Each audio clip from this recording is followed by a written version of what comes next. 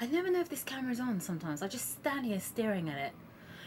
Right, lighting and everything looks great. Okay, so this is one black British woman's voice, and today I want to touch on the religious theme topic entitled, Why Do White People Confuse White Privilege with Divine Intervention?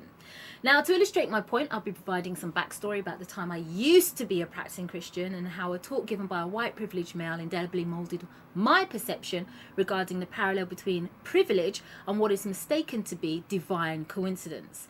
So I'll kick off with, many years ago, through work, I met a black woman who I found erudite and basically cool as fuck. And during one of our conversations, she explained to me that she was a Christian and invited me to her church.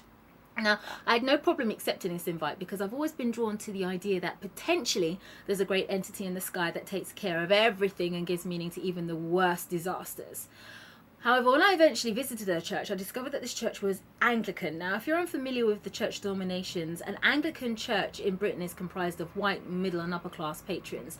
And though this initially put me off, I discovered that there was a smaller percentage of black congregation members. And so drawn to them, I chose to hang around a little bit, if that makes any sense. Anyway, now, the church itself had an all-white leadership team comprised of boarding and public school educated males who tucked their shirts into their chinos. So quickly I gauged that this church was elitist as well as institutionally racist. And yes, I know sexist, but the word sexist is a common preserve of angry white women, and so I put a pin on it. Nonetheless, I would occasionally grace that church because I found the black members eminently palatable. And like I said, in terms of spirituality, I was searching.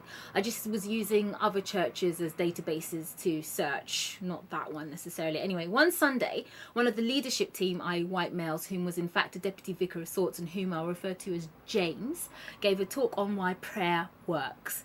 He talked about the time when, as a young graduate, he became undecided about what career path to follow, and eventually he claims that it became a toss-up between being a business consultant and teaching business France in France. I don't even know what that means, but anyway, but he was undecided. He got on his knees, sent out a prayer for divine direction, and a few days later he got a call from a good old boarding school chum asking to meet up with him for a catch-up drink.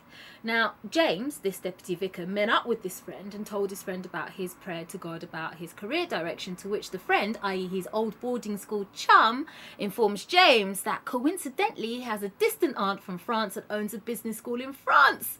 Met with this news, some phone calls were made, and James was whisked off to France to teach business French for 2 years. To glittering clients, no less. Now, according to James, the deputy vicar, all this opportunity came about because of his prayers to God. According to James, God had orchestrated the entire cause which led him to end up in France, employed in the job of his dreams. Not once, however, did it occur to James that the probability of one of his fellow white, affluent boarding school chums having connections to a rich business-owning relative was in fact the probable fortune here.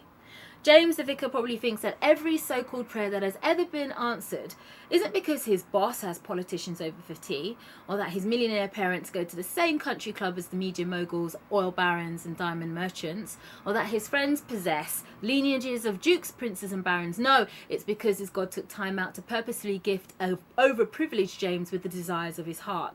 But unfortunately, James, having known nothing but white privilege all his life, won't have the critical reasoning skills to discern this. So let me make some things clear, in particular to the rich religious white communities that live amongst us. The ones that avow that all their excesses and their successes and advancements come about because God has answered their prayer. No, white male, you didn't get the fabulous job because you'd prayed for because God was on your side. You got it because the company would rather have given you the job than to the better qualified candidates who also applied. The same black candidates that didn't just trip and fall on being the right colour, but may well have lacked the connections, affluence, social, economic backgrounds and all the rest of it that the company probably wanted to mine. No, white person, you didn't get that university you prayed for because your 2 A's and 1 B was sufficient. You got it because the deanery would prefer your middle class background over the 3 A stars the other black candidates got. No, white hipster male, you didn't get into that club even though you were wearing trainers because God shone through your personality and managed to help you win over the bouncer, because there were 2 other black males dressed rather better than you with no trainers that had actually been refused entry earlier. And no, white person, you didn't drive into work today without being stopped by the police because of that silent prayer that you mouthed as you clutched the wheel. No. None of these things happen because of your God. They happen because of the passport, which is your white skin and accumulated wealth. Anyway, for those of you who have opinions on this, drop your comments below. I noticed that more people are talking to me, which is really bizarre. I'm like, oh.